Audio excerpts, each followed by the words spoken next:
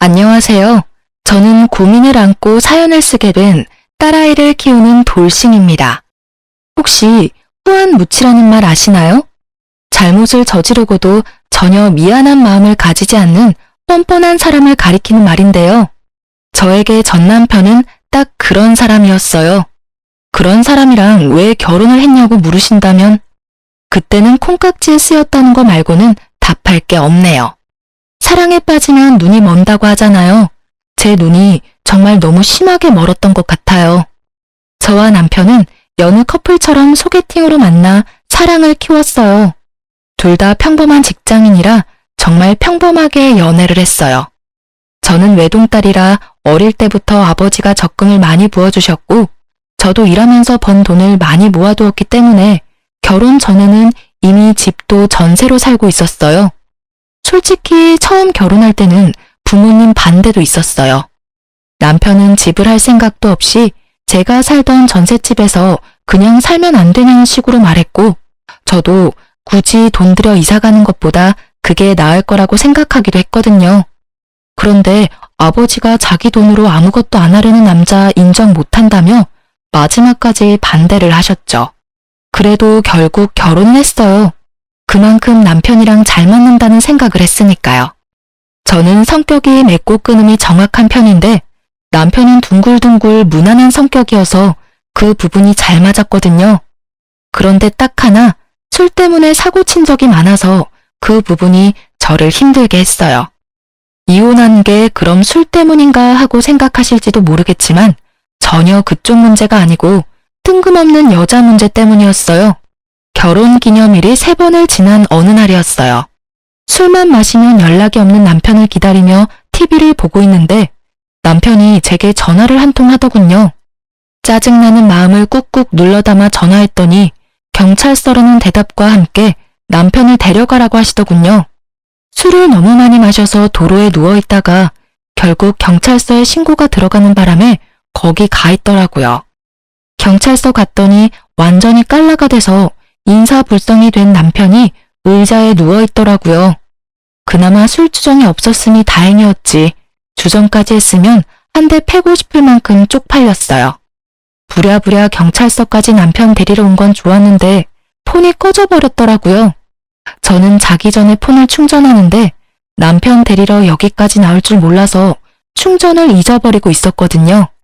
결국 제 폰을 쓸 수 없으니 콜택시도 부를 수 없었어요. 남편 폰이 생각나서 콜택시를 부르려고 버튼을 누르는데 뭘 잘못 눌렀는지 이전 화면이 뜨더군요. 그리고 그 화면을 본 제 눈을 의심할 수밖에 없었어요. 남편이 웬 여자와 같이 있는 사진이었어요. 거의 껴안고 있는 데다가 서로 입술을 맞대고 있는 사진이었죠. 게다가 위에서 아래로 찍힌 각도로 보니 여자가 남편 다리 위에 올라가 있는 상태였어요. 그걸 보고 제정신 유지할 수 있는 여자가 이 세상에 있을까요? 그런데 얼굴을 확인하고 더 열이 받아버렸어요. 바로 남편이 자주 만나러 다니던 동네 누나였거든요. 이 여자를 제가 경계 대상에 넣지 않은 이유는 처음에 사귈 때 가장 먼저 소개시켜준 사람이었거든요. 동네에서 어릴 때부터 친하게 지내던 누나라며 결혼한 사람이라고 하기도 했고 나이가 남편보다 6살이나 많으니 바람을 필 거라고는 상상도 못했거든요. 절대로 연애 상대는 아닐 거라고 편하게 생각했는데 그 생각이 이런 참사를 불러온 것 같아요.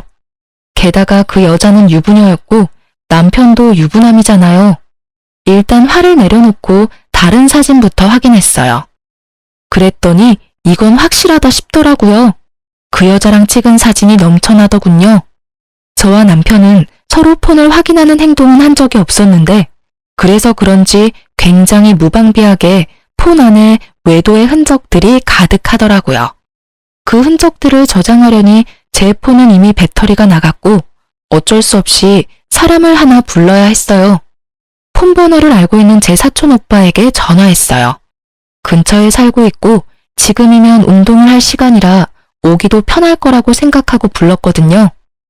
도대체 남편이 술을 얼마나 마셨길래 태우지도 못할 만큼 떡이 됐어? 그러게 말이야. 근데 그게 중요한 게 아니라고 지금. 잠깐 폰 들고 이리 와봐. 저는 오빠의 팔을 끌어 남편 폰 앞으로 데리고 왔어요. 그리고 남편의 외도 사진과 카톡 내역을 모두 보여주며 사진 좀 찍으라고 말했어요.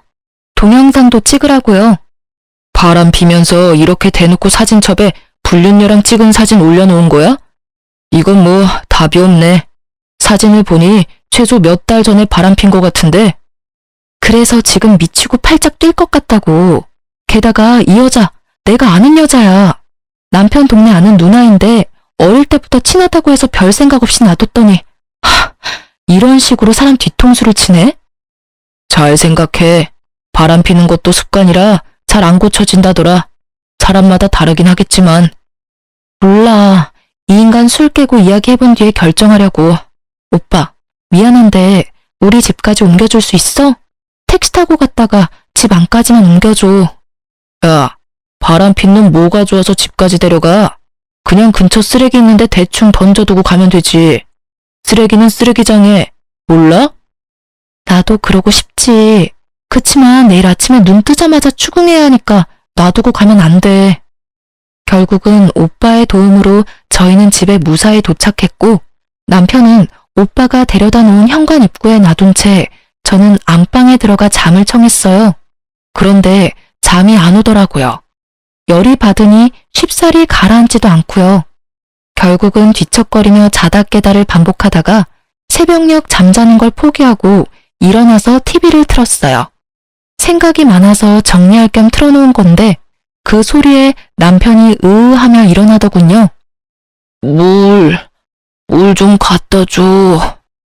술에 취해 갈라진 목소리로 말하는 남편을 보며 저는 물 대신 대뜸 사진부터 보여줬어요.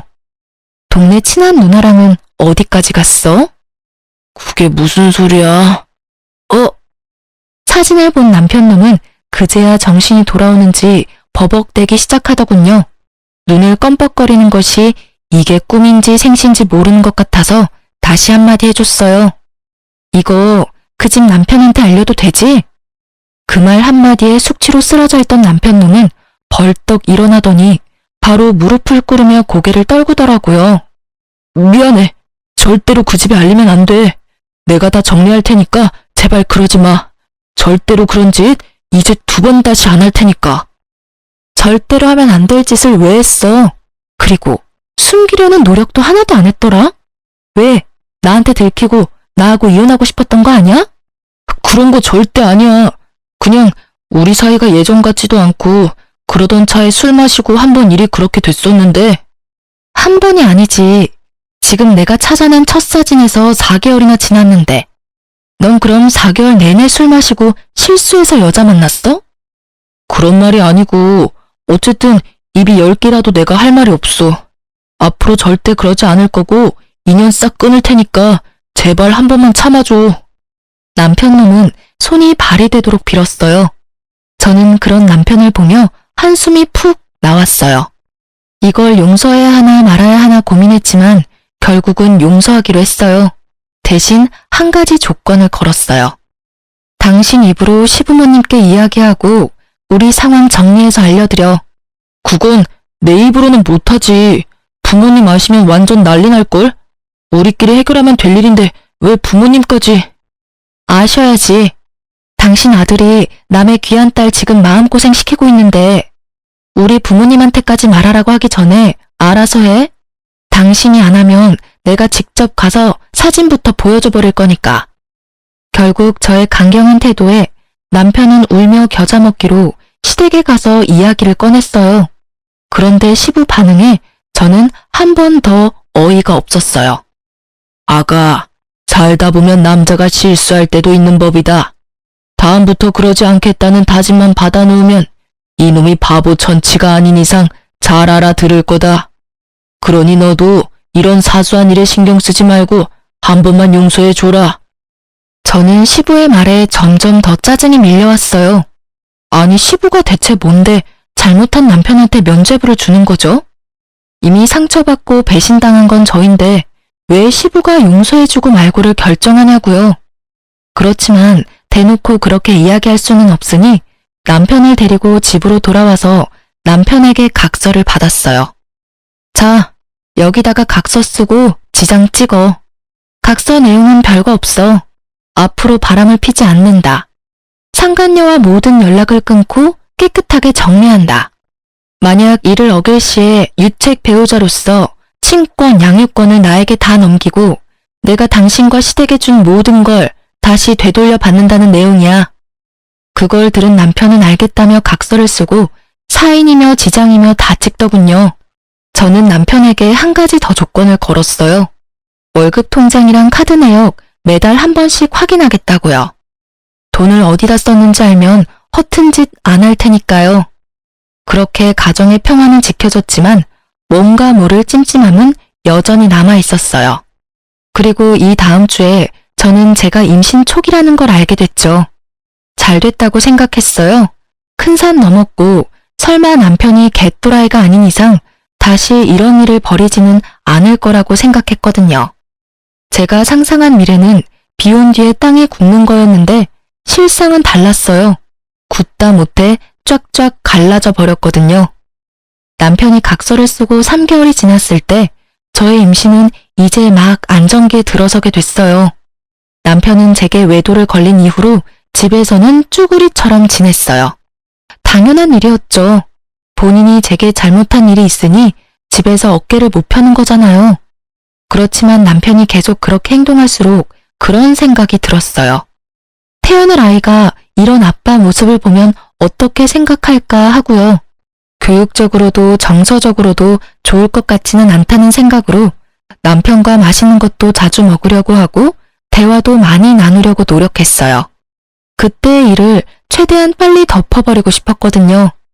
그런데 남편은 떨떠름한 표정으로 제게 맞춰주고는 있었지만 크게 관심은 없는 모습이었어요. 솔직히 그 모습에 한 번 더 상처받았거든요. 외도 후에 마누라한테 잘해주려는 남편은 없을 거예요. 눈치부터 보게 되니까요. 그렇지만 제가 이 정도로 노력하면 본인도 노력을 해야 하잖아요. 이걸 어떻게 해야 할까 하던 중에 저희가 집을 옮기려고 계획하고 있었는데 적당한 집이 나와 집을 옮기려고 준비를 하고 있었어요. 지금 살고 있는 전셋집을 내놓고 아파트로 이사 가려고 했거든요. 그래서 집 청소를 한번 싹 하기로 했어요. 사람들이 집을 보러 자주 올 예정이니 귀금속이나 너무 잡다한 물건들은 당분간 차에 실어놓을 예정이었어요. 제 차보다는 남편 차가 SUV로 크기 때문에 거기 짐을 놓자고 이야기가 됐어요. 남편과 함께 짐을 나르고 있는데 제가 차 안에 있는 물건을 정리하다가 차 키를 잃어버린 거예요. 차 키를 찾으려고 이리저리 둘러보다가 발판 쪽에 떨어뜨렸나 싶어서 조수석 쪽 발판을 들어 올렸더니 아무것도 없더라고요. 그래도 혹시나 싶어 운전석 쪽 발판을 들어 올리려는데 남편이 급하게 다가오더니 차 키 여기 없을 거라며 갑자기 저를 막아서더라고요. 아니, 없으면 없지 왜 막아서는 거지? 이상한 생각이 확 들더라고요. 결국은 남편 저지하고 차 안에 들어가 문 잠그고 발판을 들어봤더니 거기 검은색 폰 하나가 있더군요. 남편 폰과는 다른 기종이었는데 알고 보니 남편 세컨폰이었더라고요. 폰을 열어보니 제 눈을 또 의심할 수밖에 없는 것들을 봤어요. 남편이 또 바람을 피우고 있더라고요. 그것도 저번에 그 누나랑요. 제가 용서해준 지 꼴랑 3개월밖에 지나지 않았잖아요. 게다가 애가 뱃속에 있는데 바람이라니. 열받은 제가 차문을 열고 나왔어요. 너 이거 뭐야? 폰 숨겨두고 그 여자랑 또 바람을 피워? 몇 개월 지났다고 또 바람이야. 아니지. 혹시 그때 해결 안 했던 거야? 헤어진다더니 여전히 즐겁게 이중생활하면서 살았던 거냐고. 저는 남편 세컨폰을 열어서 거기 적혀진 카톡 대화들을 읽었어요. 자기야 사랑해. 보고 싶어? 그리고 여동생 남동생? 아, 들키면 동생 이야기라고 둘러대려고 여동생 남동생이라 적어놨어? 암호까지 정해서 더 주도 면밀하게 나를 속이려고 했다 이거지? 반성 같은 건 아예 한 적이 없네. 내가 용서해준다고 했을 때도 아예 헤어질 생각 없었고 잘 됐다 싶었나 본데 이번에는 못 참아. 당장 이혼할 거야 이 나쁜 놈아. 어디서 할 게 없어서 개집질이야? 화가 난 저는 노상에서 소리를 질러댔고 남편은 그런 제 모습에 저번처럼 무릎 꿇더니 용서해달라며 질질 짜더라고요. 여보, 미안해. 진짜로 내가 다 잘못했어. 제발 한 번만 더 기회를 줘. 뱃속에 아이를 보면서라도 참아. 용서? 내가 저번에 용서해줬다가 지금 얻은 게 뭔데? 당신 두 번째 바람 펴서 임신한 마누라 뒷골 터지게 만들어놓고 용서? 미안하다고 하면 끝이야? 용서해달라고 하면 다 되는 거냐고. 왜 내가 용서해줘야 하는 건데? 그리고 뱃속의 아이를 생각하면 참으면 절대 안 되지. 너 같은 거랑 인연을 끊는 게 아이 인생에 더 도움되는 일 아니야? 너도 그렇게 생각하잖아. 어느 엄마가 이제 곧 태어날 아이한테 바람핀 거 용서해줬는데 또 바람핀 아버지를 주고 싶겠냐고. 정말 이번 한 번만이야. 앞으로는 절대로 당신이 하지 말라는 건 아무것도 안 할게. 어떻게든 이혼만은 참아줘. 난 당신 없으면 못 살아. 손이 발이 되도록 싹싹 비는 모습을 보고도 더 열이 뻗는 건 아마 첫 번째 외도 때 그 모습을 보고 용서해줬던 저의 바보 같은 모습이 떠올라서였을 거예요. 저에게는 이 남자에 대한 믿음이 아주 조금도 남아있지를 않았어요. 저러고 또 바람 피겠지. 2번이면 3번은 쉽겠죠. 입만 열면 거짓말. 네가 왜 나 없으면 못 살아? 저 상관이 없으면 못 사는 것 같은데 이혼해줄게. 둘이서 살아. 고작 3개월을 못 참아서 각서 쓰고도 바람핀 년이랑 계속 만나는 거 보면 그렇게 죽고 못 사는 사이인 거 내가 인정해줄게. 그런데 우리 아이한테는 너 같은 아빠 필요 없으니까 여기서 인연 끊어. 넌 제대로 된 남편도 아니고 아빠도 아니야. 앞장서. 당장 시댁 가서 이혼한다고 말씀드리게. 열받은 저는 남편을 끌고 시댁으로 가려고 했어요. 남편이 완강하게 거부하더군요. 시댁에 알리는 게 무서웠나 봐요. 무서운 짓을 왜 했냐고 윽박 지르려다가 참았어요. 이번에야말로 시댁 가면 시부에게 당신 아들이 무슨 짓을 저질렀는지 확실하게 알려주고 싶었어요. 시부가 무슨 말로 남편을 두둔하든지 간에 코웃음 날려줄 준비도 되어 있었고요. 당장 앞장서라고. 시댁 가서 정산해. 시부모님도 그간 상황 다 알아야 우리 이혼할 때 큰 문제 없을 거 아니야. 무슨 정산? 그리고 나 이혼 안 할 거라니까? 넌 이혼 무조건 하게 되어 있어. 내가 너랑 헤어질 거라고 결심했으니까. 그리고 정산해야지. 너 첫 번째 외도 때 각서 썼잖아. 당신과 시댁에 준 모든 걸 되돌릴 거라고. 나 그거 받으러 시댁 갈 거야. 알지? 아버님 차 내가 빌려드린 거. 게다가 소소하게 빌려드린 돈도 있고 그리고 당신한테 사준 선물들은 다 놔두고 가. 넌 그 선물 받을 자격 없어. 그 말에 남편 얼굴이 사색이 되더군요. 여보, 진짜로 나 당신이랑 헤어지고 싶지 않아. 제발 다시 생각해봐. 나 정말로 다 끊을게. 깨끗하게 정리할 거라니까? 내가 정말 미안하다고. 하든 말든 너 마음대로 하고 솔직히 각서까지 썼는데도 그 여자 만난 거면 이 정도 각오는 이미 하고 있었던 거 아니야? 당신이 원해서 만났잖아. 그리고 너 말끝마다 미안해라고 하는데 그 말 앞으로 한 번만 더 하면 죽어?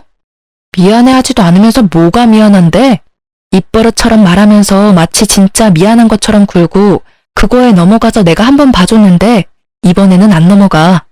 누굴 호구로 알고 당장 앞장서.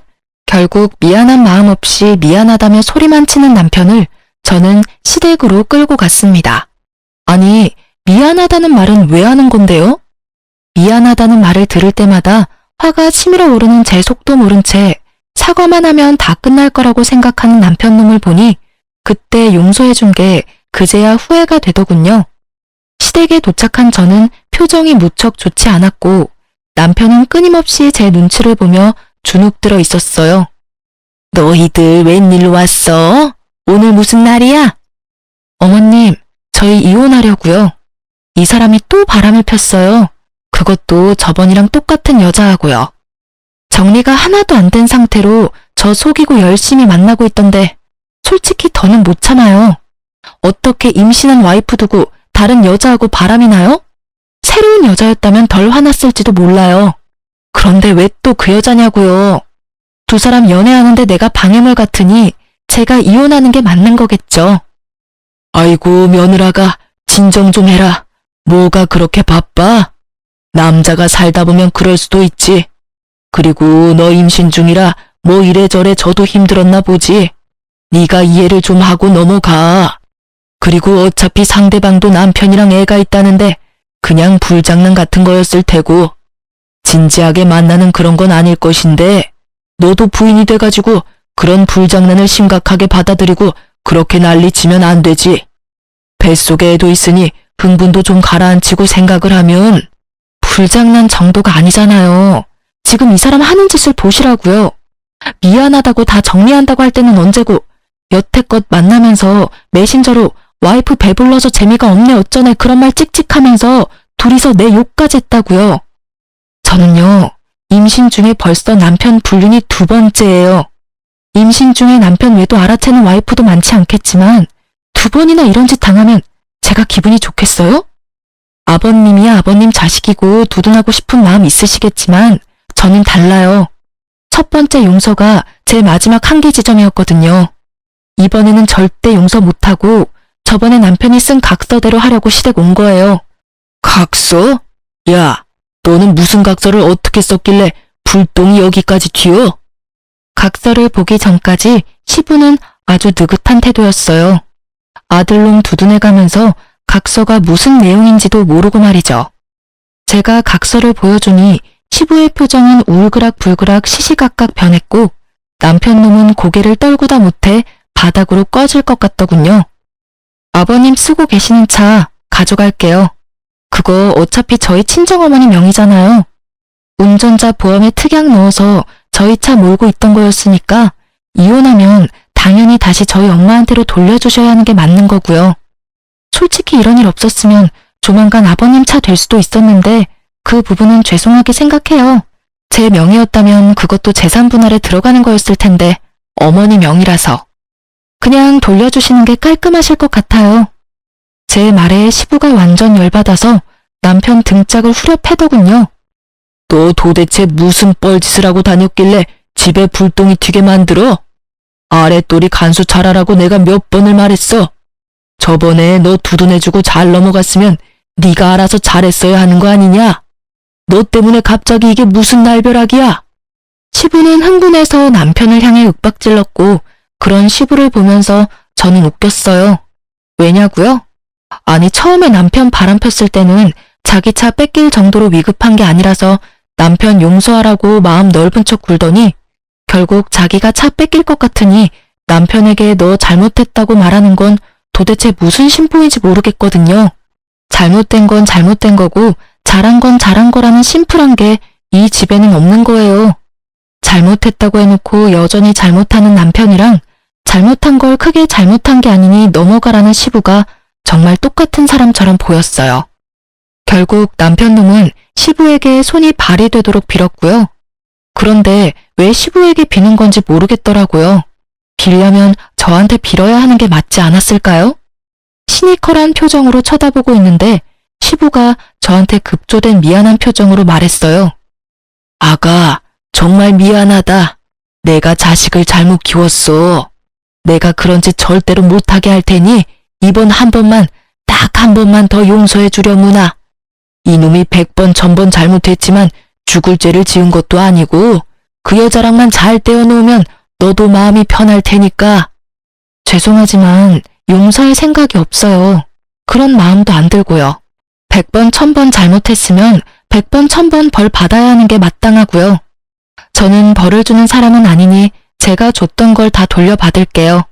아버님한테는 차를 돌려받고 남편에게는 딱히 돌려받을 만한 것도 없으니 이혼할 때까지 우리 신혼집에서 나가줬으면 좋겠네요.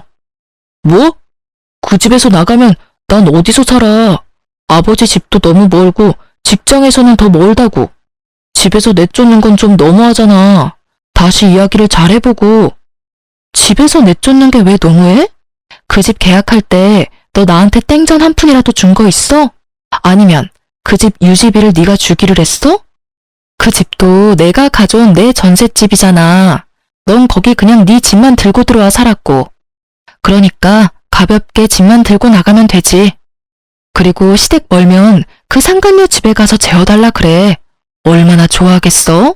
죽고 못 사는 남자친구랑 만나면 좋아하겠다. 그치? 웃기는 소리 하지 말고 나 진짜로 갈 데 없다고. 집에서 내쫓는 건 너무하지. 나 절대로 그 집에서 안 나갈 거야. 내가 말했잖아. 제발 좀 들어봐. 나 진짜 미안하고 그 여자랑 완전히 다 끊겠다니까? 의심 하나 없애도록 매일 위치 추적 앱도 설치하라고 하면 하고 통장 내놓으라고 하면 그것도 다 줄게. 제발 집에서 나가라고만은 하지 마. 그 여자랑 인연을 어떻게 끊게? 저번에도 끊는다고 해놓고 못 끊었지? 아니지. 끊었는데 다시 이었나? 어쨌든 결과적으로는 두 사람이 여전히 만나고 있으니까 둘이서 그렇게 죽고 못 사는데 내가 이혼해 줄게. 둘이 같이 살아.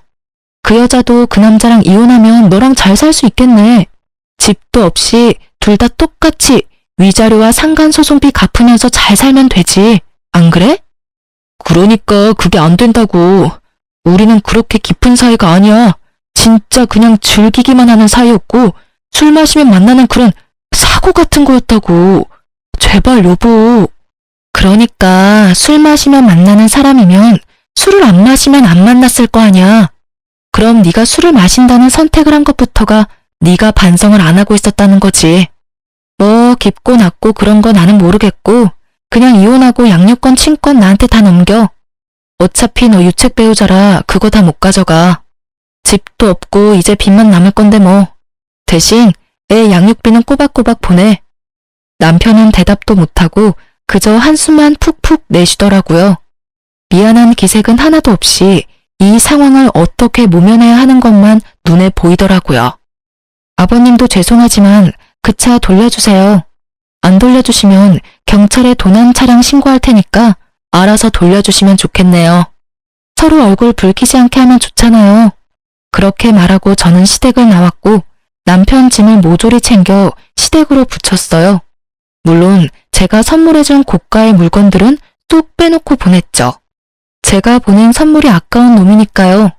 그리고 그 길로 저는 상간녀도 만나러 갔어요. 상간녀는 초조한 표정을 하고 있더라고요. 죄악감이나 수치스러움이 아닌 초조한 표정. 어차피 저랑 그 사람 바람난 거 처음 알았을 때 상간녀 위자료 소송한 거 아니라서 이번에는 소송 못할걸요? 이게 상간녀와의 첫 대화였어요. 뭘 알고는 있는 것 같았는데 아주 어정쩡하게 알고 있더군요. 바람난 걸 인지하고 3년 정도 지나면 소송을 못 거는 거거든요.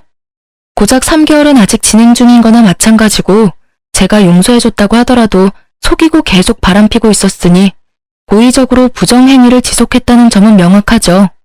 게다가 남편이 이미 각서까지 썼거든요. 헤어진다고 해놓고는 여전히 만났잖아요. 위자료 청구할 때 당연히 체크하는 부분이거든요. 제 말에 상간녀의 몸이 오들오들 떨리더군요. 너무 가증스러웠어요. 어디서 불쌍한 척을 하는 건지. 상황으로 보면 제가 더 불쌍한 거 아닌가요? 뱃속의 애를 위해서 태교를 해도 모자랄 판에 상간녀까지 만나러 왔으니. 게다가 뻔뻔한 상간녀의 말을 들으니 더 열이 받더라고요. 이보세요. 뻔뻔하고 싶으면 뭘 좀 알고 뻔뻔하시던가. 남의 남자 데리고 열심히 놀았으면 그 책임도 같이 져야죠. 혼자 빠져나가려고 잔머리나 굴리고 있고. 어쨌든 나는 그 남자랑 이혼하기로 했으니까 만나고 싶으면 앞으로 마음껏 만나세요. 대신 저는 당신한테도 위자료 청구할 테니까 그 부분은 알아서 하시고요. 내가 상간녀니까 위자료 청구받는 거는 어쩔 수 없다고 생각해요. 그런데 집에 법원 등기 같은 건 보내지 말아줘요. 남편이 알면 곤란하거든요. 아직 저희 남편은 모르고 있고 저한테도 가족은 소중하니까. 뻔뻔함을 넘어서는 인간 실격의 태도에 저는 버럭 소리 질렀어요. 가족이 소중하다는 사람이 왜 바람을 펴요? 웃기고 있네 진짜. 당신 가족은 소중하고 내 가족은 소중하지도 않아? 이렇게 좋게 봐주려고 했더니만 자기가 잘못한 주제에 나한테 이래라 저래라 하고 난리야. 당신 지금 주제 파악이 안 되나 본데 나는 당신 용서해주러 온 거 아니에요. 솔직히 지금도 당신 남편한테 가서 먼저 이룰 수도 있는 거 귀찮아서 여기까지 와서 꼴 보기 싫은 당신 얼굴 보고 있는 거라고. 이것들이 사람이 마음 써주니까 아주 호구로 보이나 봐. 둘이 아주 똑같은 것들끼리 붙어먹어서는 당신 남편한테 지금 이야기해주러 갈까요? 바람 펴서 남의 가족 파탄낸 주제에 자기 가족은 소중하다며 등기를 집으로 보내지 말라는 상간녀 말에 완전 빡친 저는 흥분을 가라앉히지를 못하겠더라고요. 제가 열받아서 소리친 게 먹혔는지 상간녀는 아무 말도 안 하고 제 눈치만 보고 있었고요. 우편물이 어디로 갈지는 내 마음이니까 그때까지 가슴이나 졸이고 사세요. 그렇게 이야기하고 나오는데 현기증으로 머리가 핑 돌더라고요. 너무 신경을 많이 썼는지 몸이 안 좋아진 것 같더라고요. 결국은 정신력을 소모하기 싫어서 이혼 전문 변호사를 찾아가 맡기기로 했어요. 결국 이혼은 합의가 아닌 소송으로 들어가게 됐고 이혼 소송 진행하면서 상간녀 소송도 같이 진행했어요. 그리고 저는 이혼 소송 중에 딸아이를 출산했어요. 그 아이를 낳을 때 남편이 없어서 친정 어머니가 들어오셨는데 그때만큼은 정말 서럽게 울었어요. 울지 않고 버티려고 그렇게 애를 썼는데 아이를 낳은 벅참과 아이를 아빠 없이 키워야 한다는 미안함이 한데 섞여 저는 묘한 죄책감과 슬픔으로 눈물이 났어요. 이번 한 번뿐이다. 우는 건 지금뿐이라고 되뇌이며 딸아이를 홀로 키웠어요. 육아휴직을 쓰고도 힘이 들어 친정 도움을 받았지만 그래도 홀로 서기는 성공적이라고 할 수 있었어요. 그런데 이혼 후 몇 개월이 지났을까? 갑자기 전 남편이 딸아이가 보고 싶다며 면접 교섭권을 써서 아이를 만나러 왔더라고요. 처음에는 이 사람도 혼자 지내면서 애 얼굴 보고 싶었겠구나 하고 마음이 좀 쓰였는데 애 보러 와서는 저한테 계속 사정사정 하더라고요. 당신 혼자서 힘들지? 내가 곁에 있어주면 진짜 덜 힘들 거야. 나 애한테도 잘하고 집중할 자신 있어. 그러니까 우리 다시 만나지 않을래? 당신도 힘들잖아. 싱글맘이 얼마나 힘든데. 내가 도와줄게. 저번 일 모두 만회하고도 남을 만큼 내가 헌신적으로 할게. 갑자기 이렇게 말하길래 이놈이 진짜 정신이 나갔나 싶었어요. 갑자기 왜 다시 만나자고 해? 그 여자랑 잘 안 돼? 상간녀가 이혼 안 하려나 보네. 그럼 더 잘 된 거 아니야? 눈치 보지 말고 마음껏 여자 만나면서 살면 되지. 그 여자는 안 돼. 나 지금 당신이랑 그 여자 두 사람한테 양육비 줘야 해서 큰일 나게 생겼다고. 나는 맹세코 그 여자애가 내 애인지는 몰랐어. 그리고 피임도 확실하게 했었다고. 언제 임신이 됐는지 모르겠는데. 여기까지 듣고 나니 그럼 그렇지 하는 생각이 들더군요. 정신이 돌아올 리가 없죠. 고작 3개월 만에 바람피는 놈인데 몇 개월 됐다고 제정신이 돌아오겠어요? 점점 썩어가는 제 표정은 아랑곳하지 않고 전 남편 놈의 이야기는 계속됐어요. 들어보니 웃기지도 않더라고요. 제가 출산한 때에 상간녀도 임신 6개월 차였다고 해요. 당연히 상간녀 남편도 제 전 남편도 상간녀의 뱃속에 있는 씨가 당연히 상간녀 남편인 줄 알았다고 해요. 그래서 상간녀 남편이 상간녀를 극진히 모시면서 살았는데 제가 그때 위자료 소송도 같이 했잖아요. 그때 결국은 상간녀 집 주소로 손해배상 우편물이 가는 바람에 상간녀 남편이 알게 된 것 같더라고요. 결국 불륜 사실을 알게 된 상간녀 남편이 뱃속에 애가 누구 애냐며 난리를 친 건 어찌 보면 당연한 일이겠죠. 그런데 상간녀는 그 상황에도 대쪽같이 뱃속의 애는 자기 남편이라며 실랑이까지 했다고 해요. 상간녀의 남편도 애가 나오기 전까지는 알 길이 없는 데다 여자가 극구 자기 아들이라고 하니 긴가민가 했대요. 그렇지만 일단 불륜을 했다는 게 확인이 되었으니 용서할 마음은 없었나 보더라고요. 결국 두 사람은 출산 전까지는 별거했다고 하더라고요. 그 얘기를 듣는데 살짝 놀랐어요. 그 여자가 무슨 생각으로 애를 낳을 생각을 했는지 모르겠어요. 어차피 확률이 반이니까 그쪽일 가능성이 있다고 생각해서 아이를 낳으려고 했던 것 같은데 결국은 나쁜 선택이었어요. 1년 채워 애를 낳고 당당하게 유전자 검사를 했는데 상간녀 남편의 아이가 아닌 제 전 남편의 아이였다고 판명난 거죠. 결국은 전 남편은 졸지에 친자식이 둘이나 생긴 거였어요. 그리고 이후 상간녀는 남편에게 이혼당하고 위자료 갚고 있고 제게 줄 상간녀 위자료도 갚아야 했으니 결국은 전 남편에게 찾아와 붙으려던 거였죠. 애가 둘이나 생겨서 좋겠네. 그냥 둘이 같이 살면서 벌면 되잖아. 근데 왜 나랑 다시 살자고 해? 좋아하는 사람이랑 같이 살아. 이제야 마음 편한 나 건드리지 말고. 그 여자 결국 이혼당하고 나한테 왔는데 애 들이밀면서 책임지라고 결혼하자고 하는 거야. 근데 생각해봐. 그 여자 이혼당하면서 유책 배우자 돼서 위자료 내야 하는데 당신이 낸 상간녀 위자료 소송도 결국에는 위자료 지급해야 하잖아. 그런 상황에서 나한테 오면 나라고 별 수 있어? 나도 그 상간남한테 위자료 소송 걸려서 돈 내야 하는데 둘이 같이 있으면 빚더미에 앉는 거 순식간이라고. 그래서 안 된다고 했는데 내 자식이라고 결혼 안 할 거면 양육비라도 내놓으라고 난리잖아. 전 남편의 말은 이상하게도 들으면 들을수록 저를 빡치게 만들었어요. 이제 상관없는 사람이라 그런 이야기에 화를 내지 않을 때도 된 것 같은데 말이죠. 결국은 딸아이를 보러 온 이유가 양육비를 한 명분이라도 덜 내기 위해서 교섭을 하러 온 거라는 걸 알게 된 저는 참지 못하고 그 자리에서 남편 싸대기를 날려버렸어요. 남들이 보든 말든 부끄러움보다는 이놈을 그냥 놔두면 안 되겠다는 생각이 더 컸거든요. 야, 이 썩을 놈아. 네가 뭘 잘해서 지금 여기 와서 합치자는 소리를 해? 상간녀 임신시킨 게 내 잘못이야? 양육비를 두 사람한테 주려니까 아까워?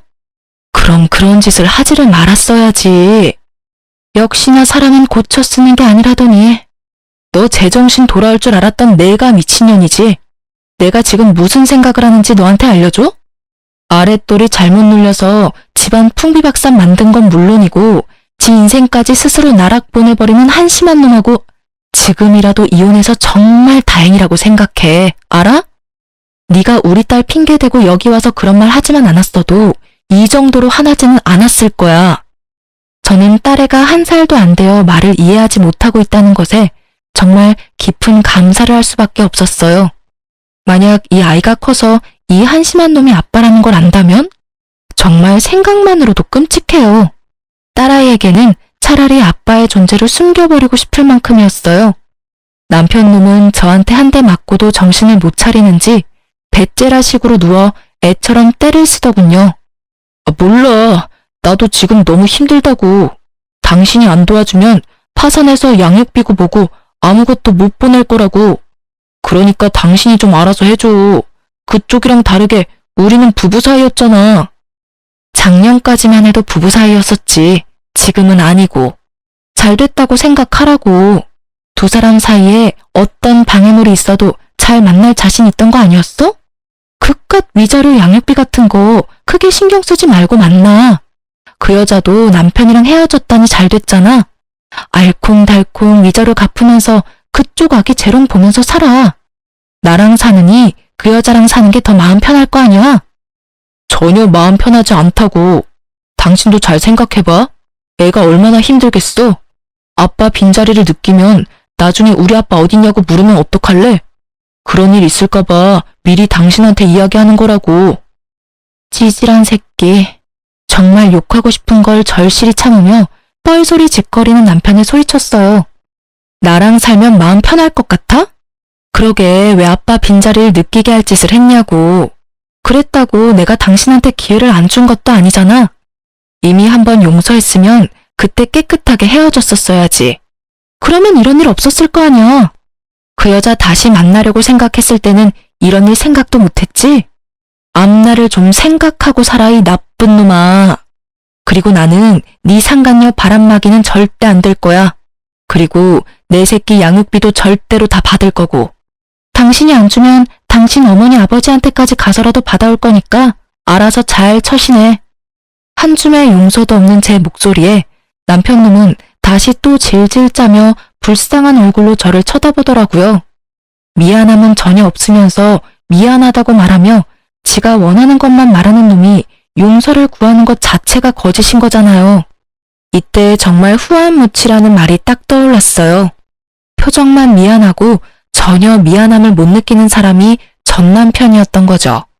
그렇게 전 남편을 놔두고 씩씩거리며 딸애를 데리고 나오는데 정말 눈물이 줄줄 났어요. 슬픔이 아니라 분노의 눈물이요. 저딴 미친놈도 내 딸이라고 결국 면접 교섭권을 쓰면 만나게 해줘야 한다는 게 너무 싫었거든요. 전 남편놈 하는 꼴을 보니 이번 한 번으로 끝날 것 같지도 않았고 볼 때마다 저지랄을 할 것 같아서 앞으로가 더 답답했어요. 솔직히 남편의 첫 번째 외도를 발견했을 때 저도 쉬운 마음으로 용서했던 건 절대 아니었어요. 외도를 겪어본 여자들은 다 그렇겠지만 그게 용서를 한다 만다의 판단이 가능한 게 아니거든요. 판단을 한다보다는 속어법이죠. 용서를 하는 것이 내게 더 나은가, 용서를 하지 않는 것이 내게 더 나은가. 당연히 제 입장에서 생각할 수밖에 없는 문제이기도 하고요. 이미 상대방은 저를 상처 주었고 그 상처는 아물지 못할 거라는 걸 아니까요. 그래도 용서했던 건 남편의 미안함이 진짜라고 믿었기 때문이었어요. 그런데 미안함도 만들어낼 수 있다는 더러운 사실을 알고 나니 마음이 아예 식어버리더라고요. 글을 쓰고 있는 지금도 저는 딸아이와 단 둘이 살고 있어요.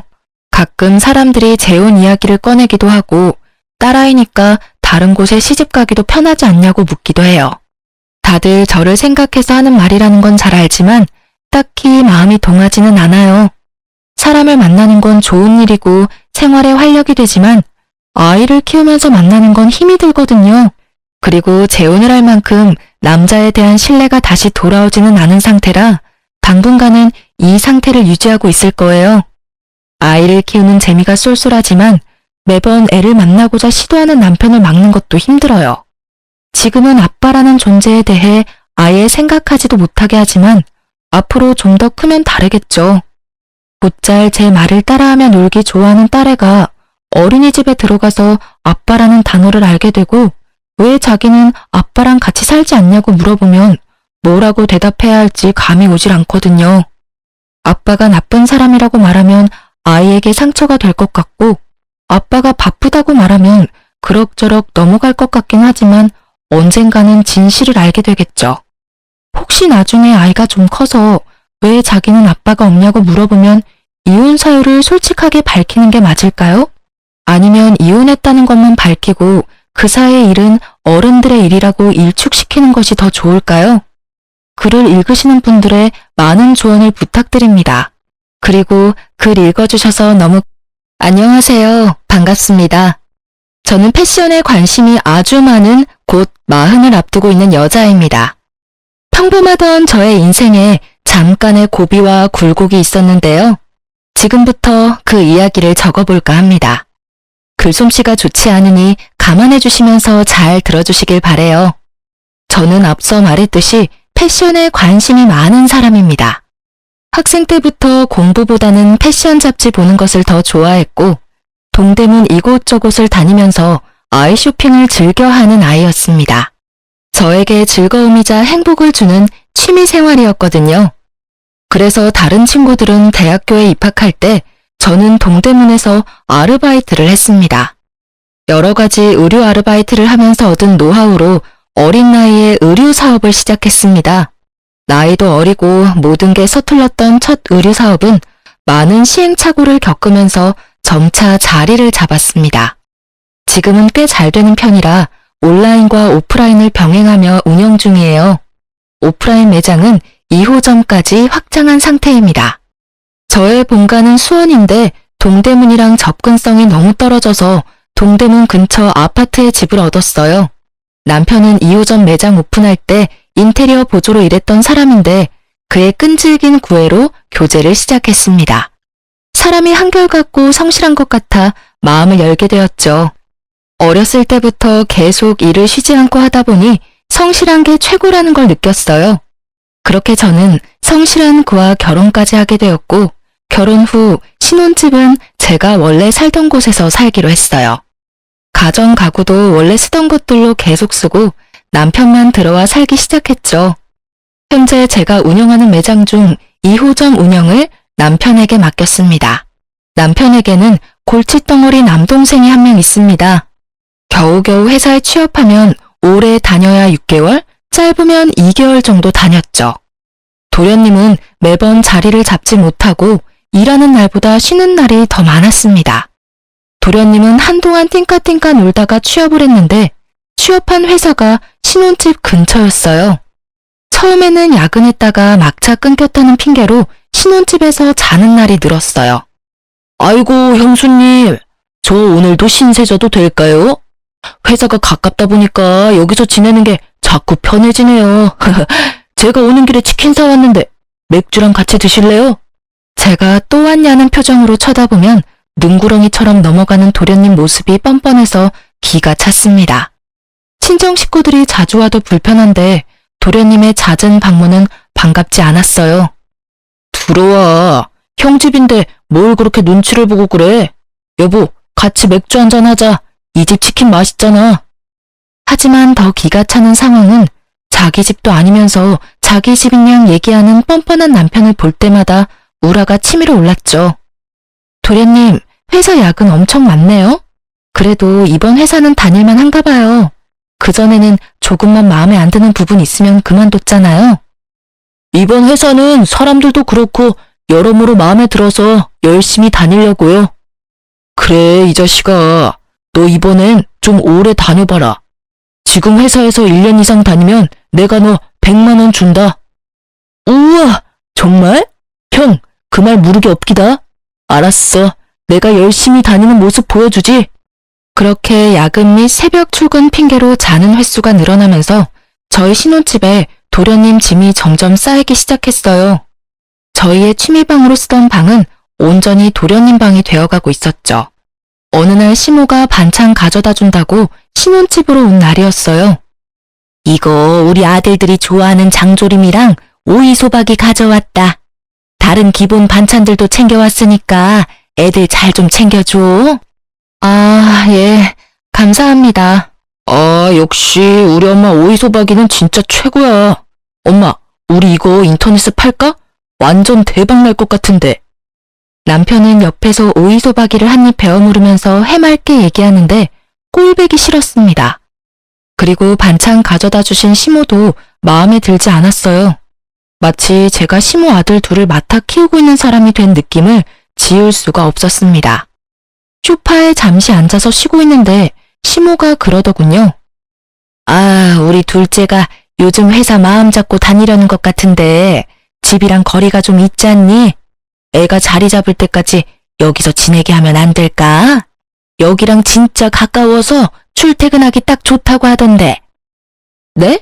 저희 집에서요? 제가 놀라서 되묻자 남편은 긍정적으로 얘기하더라고요. 뭐 지금도 거의 지내다시피 하는데 아예 같이 지내는 것도 나쁘지 않지. 저는 남편을 째려보면서 말했습니다. 어머님, 여기 신혼집이에요. 지금도 자주 오는 거 불편한데 계속 지내라뇨. 솔직히 지금도 불편한 상황 많은데 매일매일 지내면 저는요? 제 생각은 안 해주세요. 뭐가 불편해? 딴 방을 쓰는데. 어차피 걘 저녁에 와서 자고 일어나서 출근만 할 건데. 너 너무 예민하게 구는 거 아니니? 뭐 하루 종일 같이 있는 것도 아니고. 그래도 저는 싫어요. 저는 제 친정 식구들이 저희 집에서 지낸다고 해도 싫어요. 주변에 오피스텔 많으니 오피스텔 구해서 지내라고 하세요. 남자 혼자 살기에 좋은 오피스텔도 많이 있고 그렇게 비싸지도 않아요. 도련님도 형수랑 같이 있는 것보다 혼자 지내는 게 낫지 않겠어요? 너는 형수가 돼서 네가 먼저 집에서 지내라고 해도 모자를 파네. 어쩜 그렇게 매몰차니? 뭐 월세비가 없어서 여기서 지낸다고 하는 줄 알아? 아니, 가족끼리 좀 같이 지낼 수도 있지. 여보, 걔 아직 모은 돈도 없잖아. 아마 당장 보증금도 없을 텐데. 여기서 지내면서 돈 좀 모으고 나가라고 하면 되잖아. 여기 있으면 교통비도 많이 아낄 거고. 제가 이상한 사람인 것처럼 얘기하는 시모도 미웠고 자기 동생이라고 시모 옹호하는 남편은 더 미웠습니다. 전 그렇게 여기서 지내게 하고 싶으면 월세를 내던 생활비를 냈으면 좋겠네요.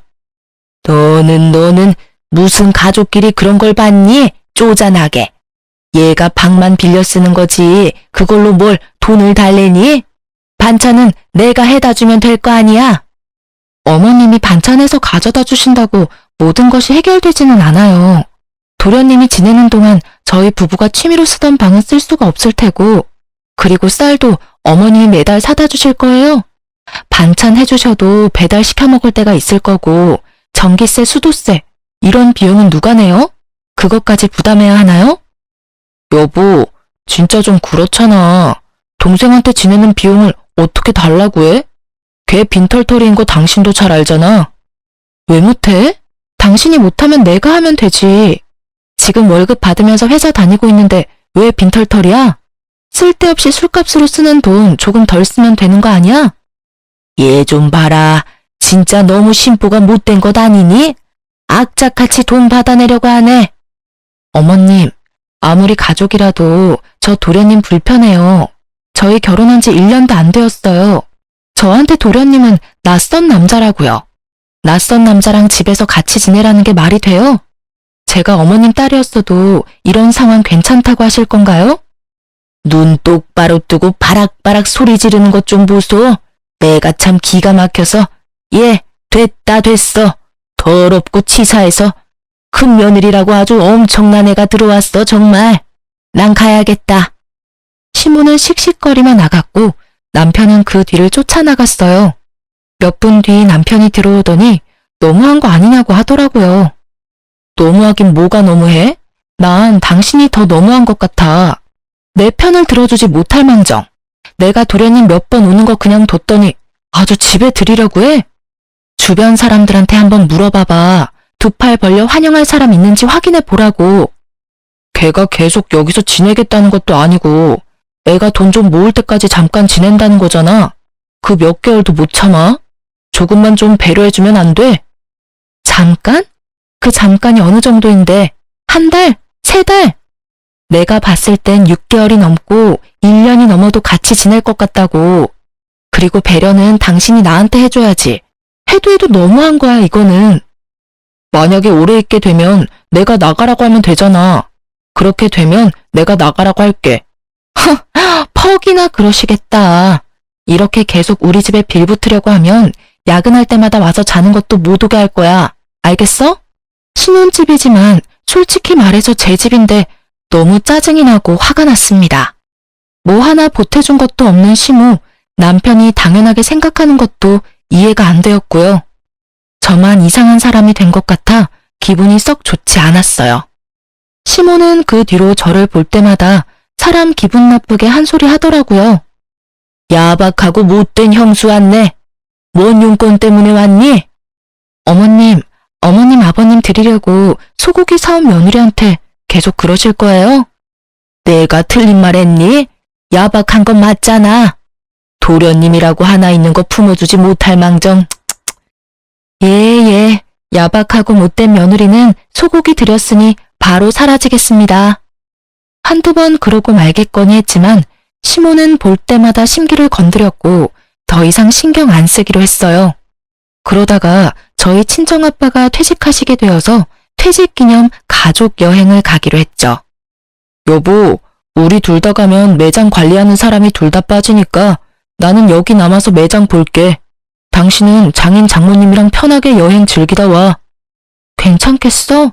그래도 모처럼 가는 해외여행인데. 괜찮아. 하루 이틀도 아니고 5일 이상 매장을 비워야 하는데 혹시라도 무슨 일 터지거나 하면 어떡해. 누군가는 있어야지. 그래서 자영업자가 힘든겨. 너가 그동안 고생 많이 했으니 이번 기회에 신나게 즐기다가 와. 남편한테는 조금 미안했지만 남한테 맡기는 것보다 남편한테 맡기는 것이 훨씬 낫기도 하고 마음도 한결 편할 것 같아서 그렇게 하기로 했습니다. 고마워. 대신에 내가 선물 좋은 걸로 사올게. 뭐 가지고 싶은 거 없어? 에이, 뭐 안 사와도 돼. 정 사오고 싶으면 너가 사고 싶은 걸로 아무거나 사와. 저는 그렇게 친정아빠 퇴직 기념 겸 가족 여행으로 5박 7일 동안 하와이를 다녀왔습니다. 남편이 같이 갔어도 즐거웠겠지만 정말 오랜만에 가족들 여행이라 더욱 뜻깊었어요. 그렇게 즐거운 가족 여행을 끝내고 주말 오전에 인천공항에 도착했습니다. 남편한테 연락할까 하다가 깜짝 등장해서 놀래줘야지 하는 마음으로 집으로 갔어요. 집에 도착한 시간이 점심 전이어서 근처 맛집에서 맛있는 순댓국을 포장해서 집에 갔습니다. 현관문을 열었는데 저는 입이 딱 벌어지고 말았습니다. 집안이 완전 개판이었어요. 남편, 도련님, 그리고 모르는 사람들이 거실과 방에 널브러져 있었습니다. 언제까지 마셨는지 제가 문을 열고 들어왔는데도 다들 인사불성이었고요. 모르는 사람들 중에는 어린 여자들도 있었습니다. 여자 한 명은 아예 제 남편 팔을 부둥켜 안고 자고 있더라고요. 뒷목이 뻐근하고 머리가 띵했어요. 누군가 머리를 망치로 쾅 하고 내리친 느낌이었죠. 너무 황당해서 말도 안 나왔습니다. 저는 일단 이 난장판 상황을 핸드폰으로 찍었고 동영상으로도 찍어놨죠. 일단 캐리어랑 짐들을 창고에 넣어놓고 휴대폰 알람음을 크게 틀며 깨웠습니다. 당장 일어나? 뭐 하는 짓이야? 여보, 왜 지금 왔어? 내일 오는 거 아니었어? 제가 한국 오는 날짜를 그 다음 날로 알았던 남편은 도련님과 사람들을 불러서 파티를 열고 난리가 났던 것이었습니다. 그날만 그랬는지 제가 여행 간 내내 그랬는지는 알 수는 없지만요. 남편은 술이 안 깨었는지 상황 파악이 안 되는 것 같아서 소리 질렀습니다. 장난하냐고. 지금 집안이 이게 무슨 꼴이야? 당신 유부남이야. 지금 여자들까지 집안에 들이고 당신 미쳤어? 여보. 이게 어찌 된 일이냐면 이게 어디서부터 얘기해야지? 횡설수설하는 남편이 그제서야 팔을 붙잡고 자던 여자애를 떼어내더라고요. 화가 주체되지 않을 것 같아서 심호흡을 하고 남편한테 얘기했습니다. 지금 이게 뭐 하는 짓이야? 옆에 여자까지 끼고 잠을 자? 야, 너 유부남이야. 알면서도 이래? 지금 나 없는 동안 신혼집에서 아주 난리가 났네. 나 지금 당신 뺨을 100대 넘게 때리고 싶은데 참는 거야. 당장 내보내. 당장. 저의 불호령에 남편은 서둘러서 자고 있는 사람들을 깨웠고 자고 있던 사람들은 제가 집에 있는 걸 알고는 놀래서 후다닥 도망쳤습니다. 도련님은 아주 해피한 시간을 보냈는지 끝까지 정신 못 차리고 있더라고요. 남편도 해롱해롱거린 채로 휘청거리며 집안을 정리하는데 진짜 가관이었습니다. 미쳤어? 진짜. 와, 여자까지 집에 불러? 아니, 영훈이 친구인데 그냥 나도 껴서 논 거야. 이게 내가 지금 잠이 깨서 조금 정신이 없는데. 도련님 친구랑 같이 껴서 놀았어? 그것도 우리 신혼집에서? 제정신이야? 이러려고 나 혼자 여행 보냈구나? 아주 살판 났겠어. 내가 집에 없는 동안 여자들이랑 놀아나느라 재미 좋았겠어. 아니야, 미안해. 잘못했어. 아까 걔네들은 영훈이랑 친한 여자애들인데, 그리고 나는 그냥 같이 술만 마신 거지. 내가 이러려고 여보만 보낸 건 아니고. 남편은 저한테 해명 아닌 해명하다가 숙취가 올라왔는지 토하러 화장실에 가더라고요. 피가 거꾸로 솟는 느낌이라는 말이 괜히 나온 게 아니구나를 느꼈습니다. 저는 계속 정신 못 차리는 도련님을 깨웠습니다. 도련님 정신 차리세요. 얼마나 마셨길래 이 난리가 났는데 안 일어나는 거야? 여보세요. 지금 상황 파악 안 돼요? 형수님, 웰컴. 언제 오셨어요? 재미있었어요. 제 선물 사왔어요? 선물 같은 소리 하고 있네. 당장 나가지 못해요? 진짜 내가 기가 막혀서 말이 안 나온다. 아주 즐거운 파티를 했나 봐요. 에? 형수님, 저 나가요? 왜요? 저 해장해야 하는데. 해장국 먹으러 갈래요? 상황 파악을 못한 듯 헛소리만 하는 도련님을 보니 뒷목이 뻐근했죠. 지금 이성의 끈 겨우 붙잡고 있으니까 끊어지기 전에 나가요. 나 지금 참으린 100번도 더 넘게 외쳤으니까 빨리. 저는 해롱거리는 도련님을 현관문으로 질질 끌고 나갔습니다. 자기 신발도 못 찾고 비틀거리더라고요. 자기 신발이 어디 있는지도 몰라요? 우리 형수님 왜 그러실까? 우리 엄마가 야박하다고 그러던데 진짜 야박해, 우리 형수님. 그때 화장실에 쏟아내고 나온 남편이 나왔습니다. 당신도 같이 나가. 당장. 둘이 진짜 꼴 보기 싫으니까. 여보, 내가 어딜 가. 여기가 집인데. 시끄럽고. 지금 이런 모습 우리 엄마 아빠한테 보여주고 싶지 않으면 당장 내 눈앞에서 사라져. 주말 점심때까지 만취해서 정신 못 차리는 두 남자를 집 밖으로 내쫓았습니다. 문 앞에서 계속 있는 것 같길래 문을 열고 한마디 했어요. 10분 뒤에도 집 앞에 있으면 엄마 아빠 부를 거야? 여보, 미안해. 진짜 나 반성하고 있어, 정말. 내가 형이 돼서 말리지는 못할 망정 같이 마시고. 아, 진짜. 형수님, 한 번만 용서해줘요. 미안하면 미안할 짓을 하지 말아야지. 아니면 나 오기 전에 정리라도 깨끗이 하던가. 진짜 보기 싫어. 당장 꺼져들. 다시 한번 엄포를 놓고 집 안으로 들어왔습니다. 집안 꼴을 보니 한숨밖에 안 나오더라고요. 결국 인터넷으로 검색해서 청소업체를 불렀습니다. 여행 잘 다녀와서 힘도 빠지고 기운도 없어 소파에 앉아 널브러져 있었어요. 한 10분 정도 지났을까? 전화 벨소리가 울리더라고요. 핸드폰을 보니 시모였습니다. 또 뭐가 잘났다고 전화를 했을까 싶어서 전화를 받았어요. 너 이게 지금 맞다고 생각하니?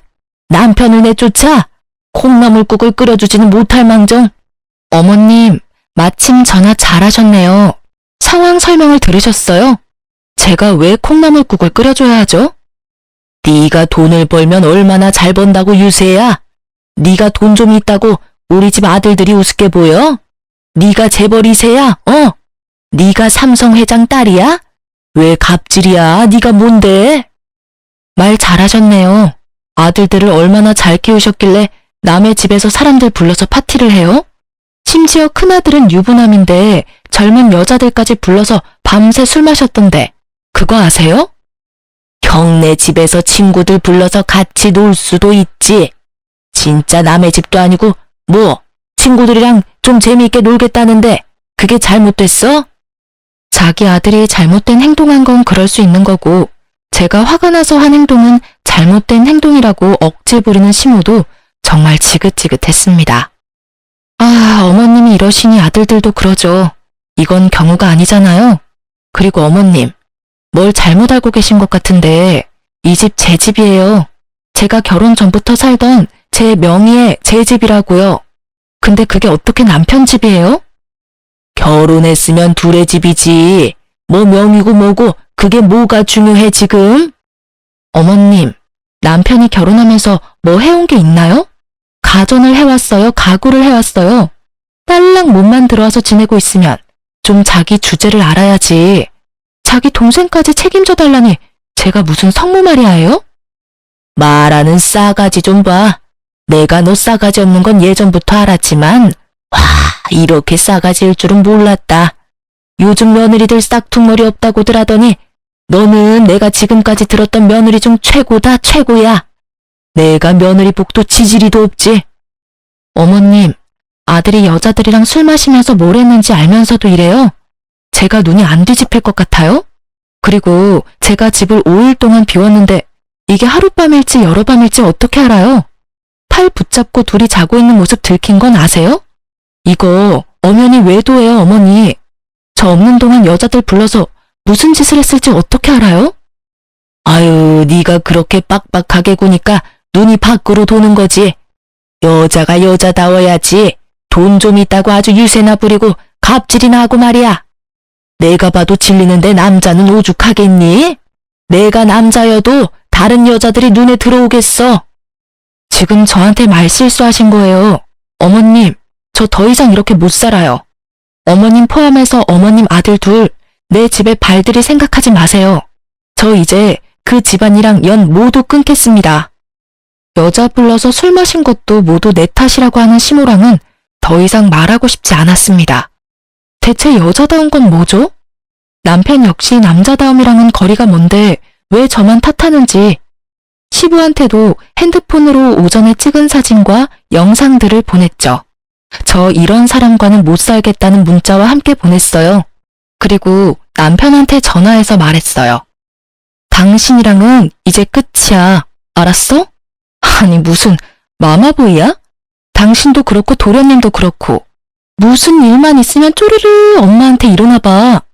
그리고 이런다고 전화해서 대신 화를 내는 어머님도 대단하시다. 왜? 엄마가 또 뭐라고 했어? 뭐라고 하셨는데? 당신이 뭐라고 말했길래 무조건 다 내 탓이래? 말이 돼? 잘못은 당신이 했는데 왜 내 탓이야? 나까지 집에 오니까 엄마가 화가 좀 나셨나 봐. 그러실 수 있잖아, 옛날 사람인데. 그런 건 네가 이해해줘. 화가 좀 나셨어? 당신, 나는 화가 좀 난 정도가 아니야. 미쳐버릴 것 같아. 이해? 이해가 되는 행동을 하셔야 이해를 하지. 왜 맨날 나만 이해해야 하는데? 어머님이 날 이해하신 적은 없으면서 왜 나한테만 바래? 그래서 내가 계속 미안하다고 했잖아. 내가 못나서 그런 거라고. 나 진짜 반성하고 있어. 너가 그렇게까지 화내는 거 이해해. 아니, 화낼 수밖에 없지. 당연한 거야. 남편은 미안하단 말이면 다 괜찮아진다고 생각했었나 봐요. 그저 영혼 없이 미안하단 말로 무마시키려고 하는 남편한테 단단히 얘기했습니다. 아, 듣기 싫다. 아무튼 우린 끝이야. 우리 집에 올 생각은 하지도 말고. 그게 무슨 말이야? 무슨 말이냐니. 우리 결혼 생활 끝이라고. 아니, 내가 미안하다고 했잖아. 너 화 풀릴 때까지 내가 기다린다고. 지금 그게 미안한 사람 태도야? 기가 막혀서.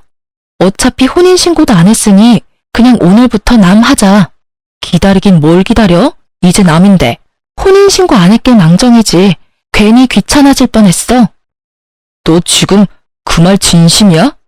아무리 화가 나도 해야 할 말 안 해야 할 말이 있지. 이혼이 쉬워? 진심이야. 아까부터 얘기했잖아. 대체 뭘 듣고 있었어? 그리고 우리는 굳이 이혼할 필요도 없잖아.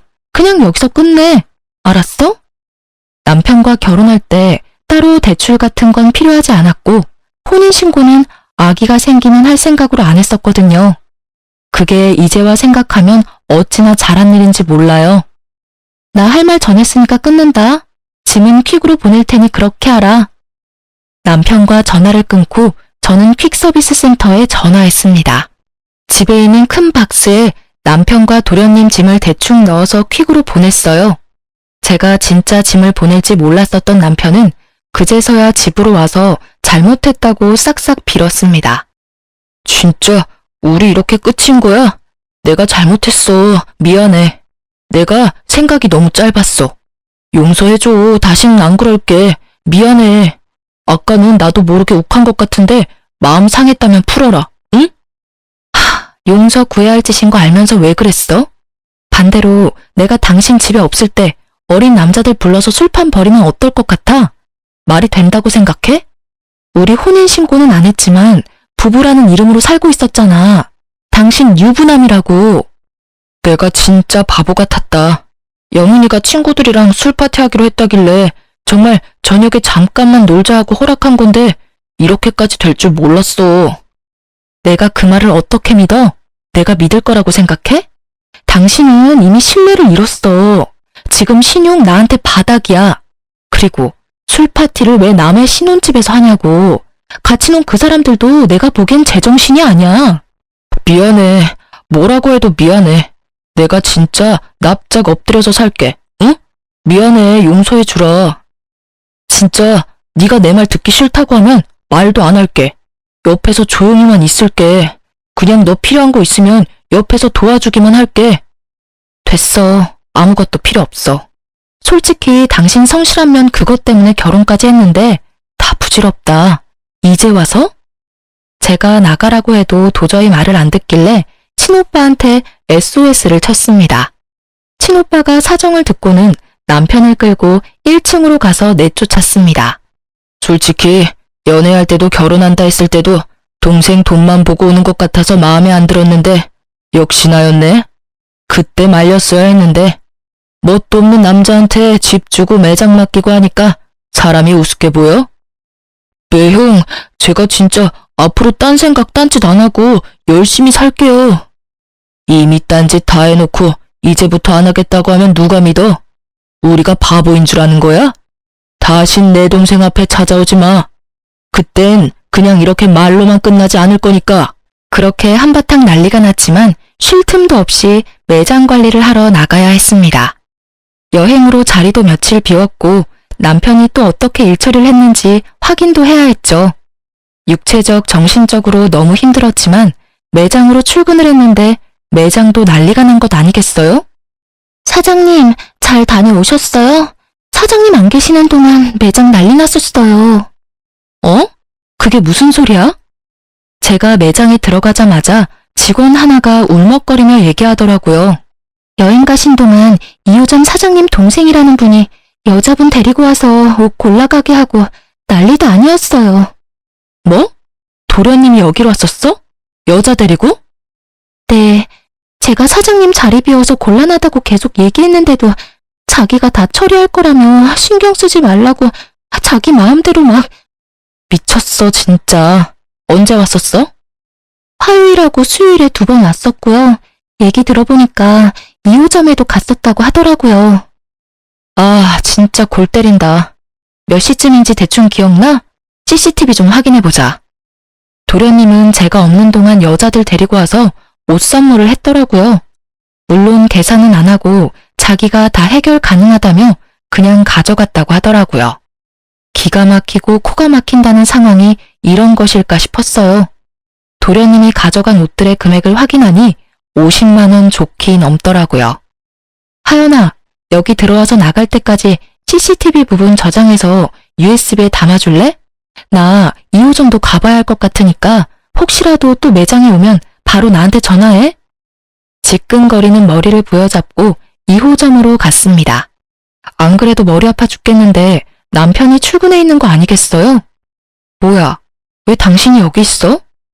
여기 내가 관리하는 매장이잖아. 솔직히 남편은 제가 관리 직원으로 채용을 한 거지 매장을 아예 전부 맡기진 않았거든요. 자기 매장이라고 하는 순간 이성의 끈이 끊어졌습니다. 제가 고등학교 졸업해서 아르바이트하고 발품 팔아 키운 매장인데 결혼해서 운영 맡겼다고 자기 거라고 생각하는 남편이 어처구니가 없었어요. 뭔가 착각하고 있는 것 같은데 내가 운영을 잠시 맡긴 거지 이 매장을 당신한테 준 거 아니야. 엄청난 착각을 하고 있는 것 같은데 당신은 그저 직원이야. 내가 고용한 직원이라고. 사업자가 당신 명의로 되어 있는 것도 아닌데 되게 웃긴다. 너 진짜 나랑 끝낼 거야? 나는 이대로 못 끝내. 아, 몇 번을 말해. 끝이라고 끝. 당신이 안 끝내도 내가 끝낸다고. 한쪽이 끝났다는데 왜 자꾸 구질구질하게 그러는 거야? 그러니까 여기 매장 운영도 이제 안 해도 돼. 아니, 못하는 거지 이제. 당신은 잘렸으니까. 내가 잘났다고. 알아들어? 퇴사 처리할 거라고. 사람이 어떻게 그래? 내가 계속 잘못했다고 빌었잖아. 반성한다고 했잖아. 얼마나 빌어야 하는 거야? 웃겨 정말. 당신이 평생 빌어도 내 마음 변하지 않아. 그리고 도련님 매장에서 여자들 데리고 와서 아주 신났더라? 당신도 알고 있지? 1호점에서 얼마를 가져간 줄 알아? 그거 절도야. 왜 남의 가게에서 마음대로 옷을 가져가? 아, 옷값 주면 될 거 아니야. 그냥 좀 있는 척하고 싶었나 보지. 내가 줄게. 얼만데? 옷값 주면 될 거 아니야? 하, 지네가 사장인 줄 알고 아주 꼴값들 떨더니. 옷값은 가져갈 때 주는 거야. 왜 있는 척을 남의 매장에서 하냐고. 자기들이 노력해서 잘 될 생각은 안 하고 왜 내가 열심히 일군 내 매장에서 생색을 내는 거야. 하, 옷값은 일단 됐고 꺼져. 당장 꺼지라고. 왜 자꾸 내 앞에서 얼쩡거리는 거야? 사람 돌아버리는 꼴 보고 싶어서 그래? 정말 뻔뻔한 건지 멍청한 건지 모르겠는 남편의 행동에 우라가 치밀어서 당장 나가라고 소리쳤습니다. 이마에 핏대가 설 정도로 화가 났고 몸이 부들부들 떨렸어요. 그러자 남편은 갑자기 태도를 바꾸더니 무릎을 꿇더라고요. 미안해. 미안하다고. 앞으로 진짜 잘한다고. 진짜 이혼은 아니잖아. 어? 다시 한번 잘 생각해보면 안 돼? 나 너 없으면 안 되는 거 알잖아. 당신이 필요한 건 내가 아니라 내 매장 아니야? 내가 가지고 있는 돈이 필요한 거잖아. 내가 필요한 건 맞니? 애초에 내가 좋아서 만난 건 맞아? 하, 다시 한번 생각해도 우린 아닌 것 같아. 안 맞아. 내 인생에서 끝이야. 아웃이라고 아웃. 매장에 아르바이트생도 있었는데 너무 쪽팔렸고 남편이 무릎 꿇고 계속 버티는 바람에 지나가던 사람들도 가던 길을 멈추고 매장을 구경했습니다. 당신이 무릎을 꿇어도 펑펑 오열해도 나 마음 안 바뀌어. 당장 일어나. 지금 구경거리 된 거 안 보여? 계속 이렇게 버티고 있으면 나 영업방해죄로 신고할 거야. 내가 가라고 몇 번을 말하니? 가. 제발 좀 가라고. 내가 부탁한다. 제발 내 매장에서, 내 인생에서 좀 사라져. 남편은 계속 매장에서 나가지 않고 버티고 있었습니다. 그 와중에 시모가 매장으로 왔더라고요. 무릎 꿇은 남편을 보더니 저를 향해 다가와서 머리채를 잡고 흔들었습니다. 아, 이게 뭐 하는 짓이에요? 너 이년, 못된 년, 아주 나쁜 년. 네가 뭔데 내 아들을 무릎 꿇게 해? 네가 뭐 그렇게 대단해? 나도 너 같은 며느리 필요 없다. 아주 싹퉁머리 없는 것. 이거 놓으세요. 진짜 뭐 하는 짓이에요? 너 우리 영감한테 뭔 사진을 보낸 거야? 네가 뭐라 그랬길래 영감이 우리한테 난리를 치는 거냐고. 어머님 아들들이 제 집에서 여자들이랑 술 파티하고 널브러져 있는 거 보냈어요. 왜요? 제가 뭐 없는 말 지어서 아버님한테 얘기했을까 봐요. 사실만 말했어요. 잘못한 건 어머님 아들들인데 왜 저한테 이러시는 거예요? 제가 시부한테 사진 보내고 나서 시부가 남편과 도련님을 크게 혼을 냈나 보더라고요. 사실 꾸지람 받을 일 많잖아요. 하지만 시모는 제 말에 머리채를 더 꽉 세게 쥐고 흔들었습니다. 아, 놓으시라고요. 신고할 거예요. 이것 좀 놔요. 사장님 괜찮으세요? 아주머니, 이거 놓으세요. 내가 왜? 못 놔. 네 머리털 다 빠질 때까지 잡고 있을 거야. 내가 너 벼르고 있었어. 머리채 잡혀서 여기저기 끌려다니다가 매장 아르바이트생이 와서 겨우 시모를 떼어주었습니다. 진짜 쥐구멍이라도 숨고 싶더라고요. 남편은 그 난리통에 시모가 괜찮은지 쪼르르 달려가서 챙겨주더라고요. 솔직히 머리채 잡힌 건 난데 왜 지 엄마를 걱정하는지 짜증이 났고요. 정말 그 집 식구들은 대체 왜 그러는 거예요? 못 배웠어요? 둘째 아들은 남의 매장 와서 옷을 훔쳐가질 않나. 그 잘난 첫째 아들은 지 매장도 아니면서 자기 매장이라고 우기질 않나. 그 엄마라는 분은 와서 밑도 끝도 없이 머리채를 잡지 않나. 하, 진짜 뭐 이런 경우 없는. 뭐? 이년아, 할 말 다 했어? 머리채 더 뜯기고 싶어? 아니요, 아직 못했어요. 더 해드릴까요? 여기 사람들 있는데 집안 망신 당하고 싶으세요? 뭐 잘났다고 이러시는 거예요. 길가에 가는 사람들 붙잡고 물어보세요. 머리채를 잡혀야 하는 건 제가 아니라 어머님 아들이라고요. 제 말을 듣고 난 뒤 시모는 갑자기 눈을 부라리면서 저를 째려보더니 디피되어 있는 옷들을 다 집어던지고 마네킹을 넘어뜨렸습니다. 담이야, 지금 당장 112에 전화해. 지금 어떤 미친 아줌마가 와서 영업 방해하고 있다고 빨리 와달라고 얘기해. 어린 아르바이트생은 그 상황이 무서웠는지 울먹이면서 112에 신고를 했습니다. 어린 친구한테 너무 못 보일 꼴을 보이고 겁먹을 상황에 같이 있게 해서 너무 미안했죠. 뭐? 미친 아줌마? 이게 미친 게 뭔지 보여줘? 시모는 또 제 머리채를 잡고 흔들기 시작했어요. 저희 매장 주위로는 사람들이 더 많이 몰려들었고 남편은 꽂아놓은 보릿자루처럼 가만히 있더라고요. 시모를 말리지도 않고 멀뚱멀뚱 쳐다보는데 진짜 얄밉고 원망스러웠어요. 이런 상황에서도 나를 보호하지 않으면서 앞으로 잘하겠다고 하니 그게 믿음직스럽겠어요? 5분 만에 경찰들이 왔습니다. 경찰들이 오니 남편도 그제서야 상황 정리를 하기 시작했고 시모도 정신이 번쩍 들었는지 가만히 서 있더라고요. 저는 찾아온 경찰들한테 말했습니다. 여기 있는 두 분 영업 방해죄로 신고하고 싶습니다. 경찰관님, 여기 매장 엉망으로 된 거 보이시죠? 아, 그리고 이 집 둘째 아들이 제 매장에서 옷도 가져갔거든요. 절도죄 추가로 해서 이 집안 사람들 신고하고 싶어요. 말씀드린 모든 내용 CCTV에 있으니까 증거로 제출할게요. 일단 세 분 서로 가서 말씀하시죠. 저는 시모의 남편과 함께 경찰서로 갔습니다. 가는 길에 친오빠에게 전화해서 경찰서로 불렀어요. 저는 제가 가지고 있는 증거들을 토대로 고소장을 접수했습니다. 도련님의 절도 건의 경우 초범이라서 벌금형 정도였고 굳이 합의할 필요는 없어서 합의는 안 했습니다.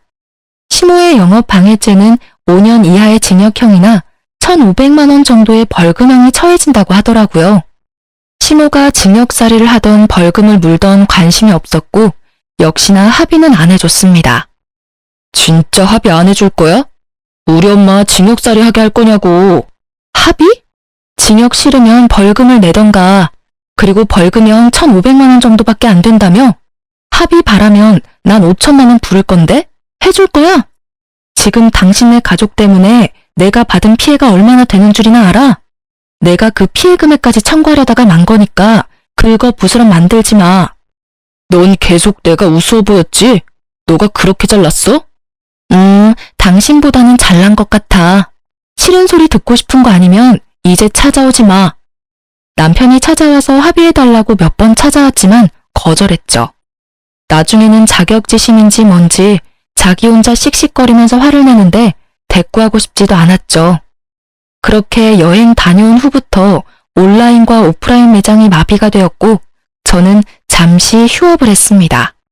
직원들한테는 유급 휴가를 주었고 저는 그 기간 동안 다시 매장 재정비에 온 힘을 다했습니다.